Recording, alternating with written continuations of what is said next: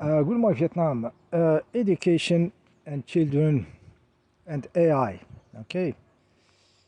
Uh, yeah, just to make it clear. Okay, those schools uh, are prisons and places of torture, psychological torture. You know, shaping their mind, shaping their personality, shaping their egos. Those are horrible places. Horrible places. So for me, homeschooling, of course, is number one.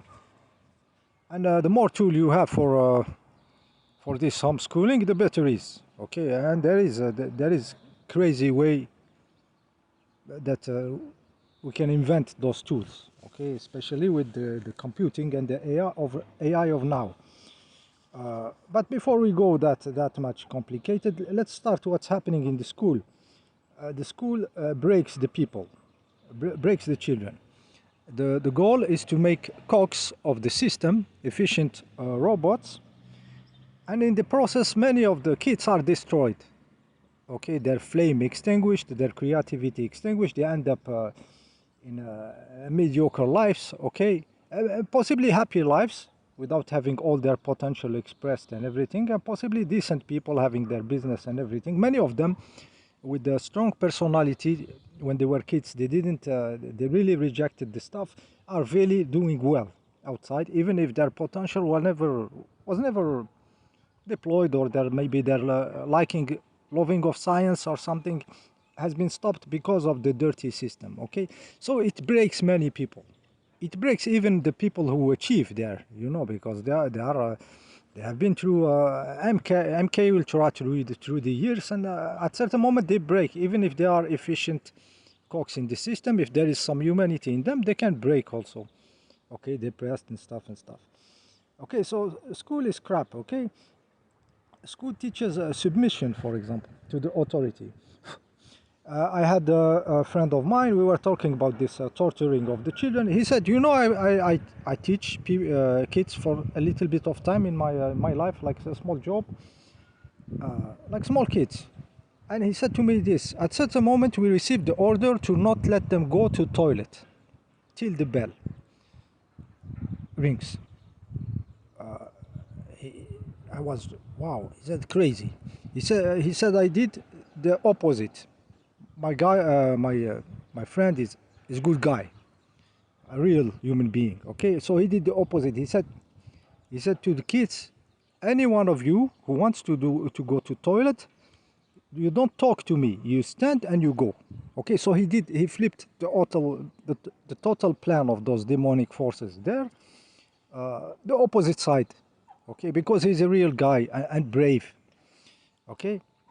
By the way, the guy who come up with this, the demonic entity who had this idea, and the group who agreed, deserve to be hanged in public or beaten with a stick or something, the old way.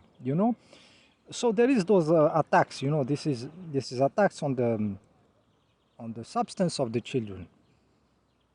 Okay, this is before the knowledge or bullshit they learn and everything. There is a breaking of their substance. I teach them also competition. Okay, many places in the world, competition in education. So you are there to learn. You should supposedly something for you. You end up competing with the other. The other become an enemy, so somebody to compete against, an opponent. Okay, so this is create those small egos, because it creates competition with the ranking in the schools and everything. I lived this stuff myself. Okay, so it creates egos. Okay, it doesn't create cooperation. Helping each other. How the society forms. Everybody has this quality of him, so he can share it with the others. They don't do this. They cut them in their small box and build their little ego. They are shaping the cog slowly through the years. Okay, the process is clear. When you zoom out, you understand what they are doing. Okay. So yeah, so this is for the substance of the children, plus the stupidity of what they teach them. Okay, they teach them many false science, false shit. So you end up with working cocks, broken people, people who missed their deployment in what they can do, what they can discover and stuff. So it's really a crappy factory. Those schools. Okay. So I said one of their tool also is to destroy creativity. Okay, you need a cog, an engineer, for example, that can do this, knows the technique, but no creativity. He cannot connect the dots. This is why you have many people working on an object, on a device, on a plane, and they don't know what's happening there or this. They have just a small view where they are put. This is also a way to shape this society. You separate. Everybody can do just a little bit, that little bit, and they cannot get out of his specialty. A doctor cannot connect the dot with electromagnetic pollution. He cannot. He didn't something that he didn't teach him, so he cannot understand it, feel it. Though he took the mythology of DNA, trillion, billion cells, this DNA doing woo stuffs. And if you know about the electromagnetic field, you know that it's shifting the magnetic field 50 times a second. And if one of those DNA doesn't copy well, you have a cancer. Okay, this mythology, okay? So if somebody connected the dot, he will be in panic. Okay, my cells are doing this and I'm in this 50 hertz. I'm going to have a cancer. I'm going to have, but they cannot connect the dots. This is why you have an engineer seeing the moon landing, like I said, and cannot connect the dot with his fucking knowledge. You know how stuffs this is what it makes people, in their small little box. It's crazy. It's crazy when you talk with this kind of stuff at the same level of technical knowledge, and you express new ideas, and you have this dead look, the same as the dry eyes. This is the dry brain or the fatty brain, or I don't know. He cannot compute. He cannot synthesize. It's l'esprit de synthèse, connecting the stuffs together. They don't have. This is why you have a lot of specialization and very rare inventors that come up with something very new, breakthrough. Okay, they exist, but very rare. This is very much extinguished in the kids. By the school and in the university also. I was in shock when I was doing the engineering shit. I was in shock. I couldn't believe. I saw myself regressing. Like I had crazy level at 17 years. I could do anything. I found myself being dumped down in engineering. How is it possible? Crazy. It has to be organized. Yeah, so what is this quality, the extinguishing this creativity, this your brain working all together?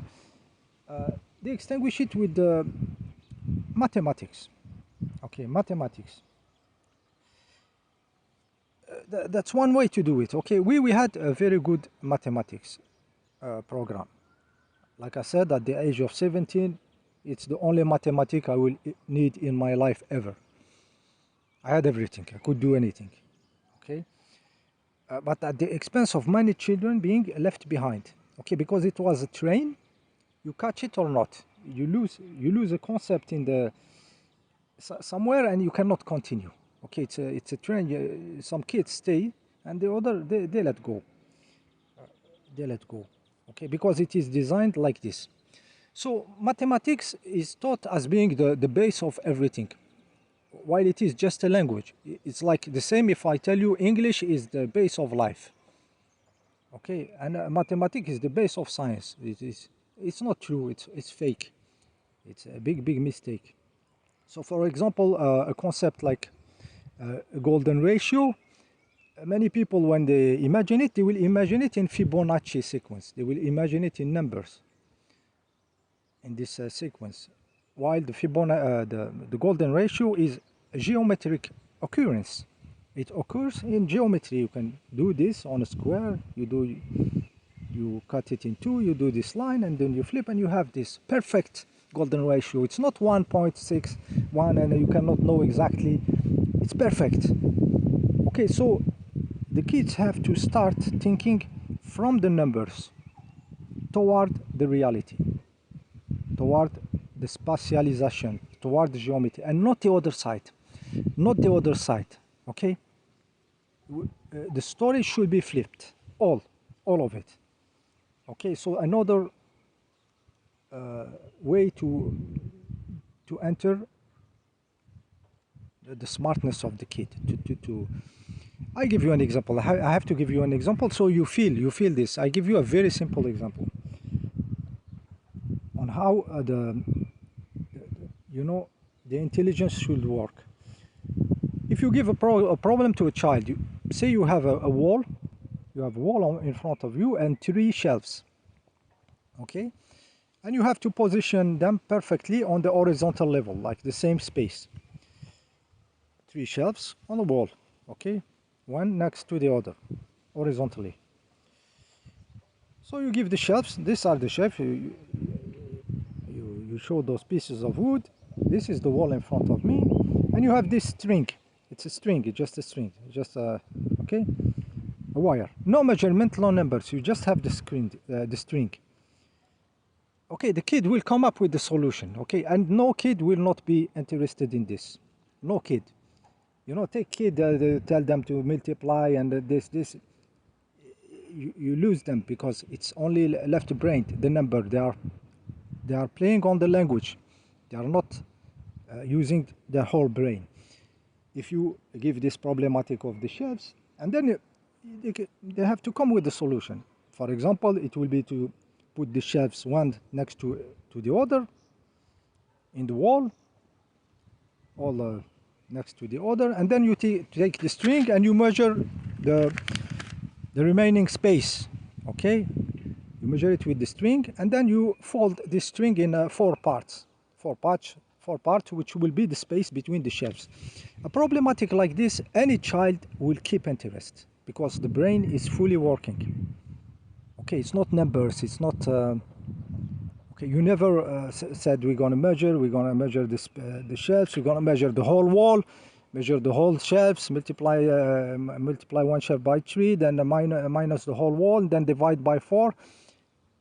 This kids can get bored of this. It's not appealing to their all brain when it is this language abstraction.